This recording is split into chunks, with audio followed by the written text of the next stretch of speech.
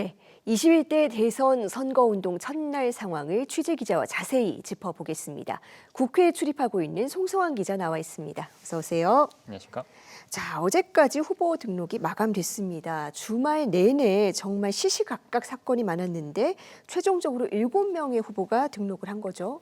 그렇습니다. 이번 대선에서는 총 7명의 후보가 출사표를 던졌습니다. 기호는 국회 의석수에 따라서 정해지는데요. 기호 1번은 더불어민주당 이재명, 2번은 국민의힘 김문수 후보입니다. 원내 제3당인 조국혁신당이 후보를 내지 않으면서 3번은 비었고요. 4번은 개혁신당 이준석 후보입니다. 5번 민주노동당 권영국, 6번 자유통일당 구주화 후보까지가 정당 후보들이고요. 이후 무소속 7번 황교안, 8번 송진호 후보가 후보 등록을 마쳤습니다. 3년 전 치러진 20대 대선에서 14명의 후보가, 그전 19대 대선에선 15명의 후보가 등록한 것에 비하면 절반 이하로 줄어든 숫자입니다. 또 후보 모두가 남성인 대선은 지난 2007년 17대 대선 이후 처음입니다. 네, 이번에는 선거운동 기간이 3주로 굉장히 짧은 만큼 또 첫 일정이 굉장히 중요하지 않습니까? 이 주요 후보들 첫날 행보는 어떤 메시지를 담고 시작이 됐습니까? 먼저 기호 1번 더불어민주당 이재명 후보의 경우 광화문에서 출정식을 마치고 오후 경기도 화성시의 동탄신도시를 찾았습니다. 이 후보는 이 자리에서 반도체 회로를 새기는 얇은 원판이죠. 웨이퍼에 세계 1위 반도체 강국이라는 글귀를 써서 들어 올리기도 했습니다. 지난달 예비 후보 등록 이후 그리고 민주당 최종 후보로 선출된 이후 첫 일정으로 AI 반도체 전문 기업을 찾은 것의 연장선이라고 볼 수도 있겠는데요. 이 후보의 발언 들어보시겠습니다. 진정으로 중요한 것은 국민들의 먹고 사는 문제, 민생, 경제, 평화, 안전 아니겠습니까? 네, 기호 2번 국민의힘 김문수 후보는 오늘 새벽 서울 송파구의 가락시장을 찾았습니다. 민생의 현장에서 경제를 챙기는 대통령이 되겠다는 포부를 선거운동 첫날 첫 일정으로 보여주겠다는 의도로 풀이되는데요. 이후엔 보수 진영의 텃밭이라고 할 수 있는 대구 서문시장을 방문해 지지를 호소했습니다. 역시 관련 발언 들어보시겠습니다. 저는 정말 시장 대통령이 돼야 되겠다. 민생 대통령이 돼야 되겠다. 또 경제 대통령이 돼야 되겠다.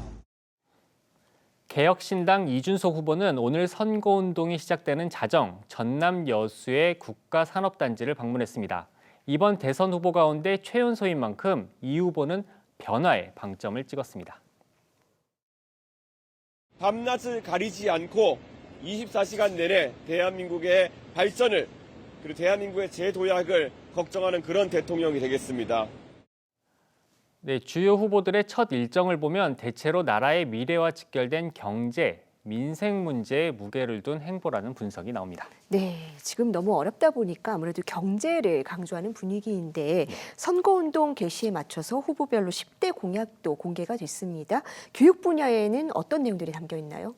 네, 이재명 후보의 경우 서울대 10개 만들기 정책과 지역대학 지원 사업인 라이즈 체계 구축을 공약으로 발표했는데요.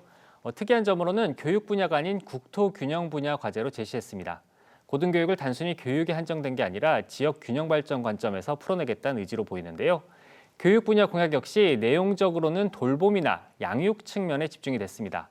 아동수당 지급 대상을 18세까지 점진적으로 상향하고 온 동네 초등 돌봄 체계를 구축하겠다는 공약입니다.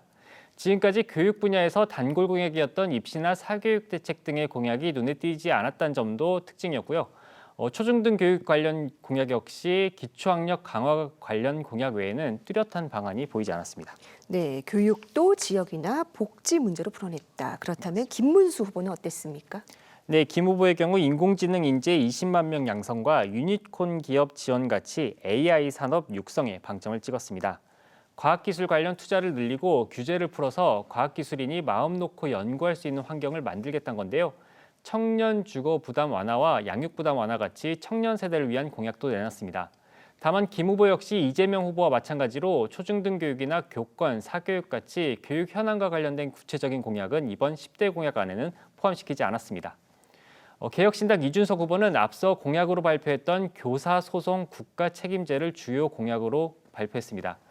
교사가 소송으로 인해 교육권이 침해받지 않도록 국가가 이를 보호하겠다는 건데요. 청년을 위한 최대 5천만 원 저금리 대출과 우수 과학기술인에 대한 국가 지원 확대를 약속했습니다. 민주노동당 권영국 후보는 서울대학교 폐지와 지방 거점 국립대 강화, 학력 학벌에 대한 차별금지법 제정 등을 공약했습니다. 이런 후보별 10대 공약은 중앙선거관리위원회의 대선 특집 홈페이지에서 확인할 수 있습니다. 네, 여러 가지 교육 공약이 나오기는 했지만 전반적으로 이 뚜렷한 개혁 방향은 보이지 않는다는 평가도 있습니다. 이 배경을 어떻게 봐야 될까요? 네, 실제로 말씀하신 대로 교육개혁이라고까지 부를 만한 공약은 없었다는 평가가 나오고 있는데요. 네. 주요 후보들이 오늘 발표한 공약들은 대부분 현재 시행되고 있는 정책을 보완, 발전시키는 방향에 머물렀다는 지적입니다. 인공지능 산업 육성이나 돌봄 기능 강화, 청년 신혼부부 양육 부담 완화 등 대부분 차별성도 크지 않았는데요. 교육 분야가 워낙 주체마다 입장 차이가 크고 대립이 심한 분야다 보니 민감한 교육 분야 공약 자체를 제시하지 않았다는 평가입니다. 그 사례로 민주당의 경우 최근에 정책 단위에서 이른바 초등생 오후 3시 학교 공약을 검토한다는 사실이 알려지면서 교원단체들을 중심으로 반발하는 일이 있었는데요. 결국 10대 공약에는 포함되지 않았습니다. 하지만 선거, 특히 대통령 선거는 국가적으로 막대한 비용이 투입되는 만큼 다양한 의제가 공론장에서 충분히 논의돼야 한다는 점에서 교육 이슈가 선거 과정에서 소외돼서는 안 된다는 지적도 나옵니다.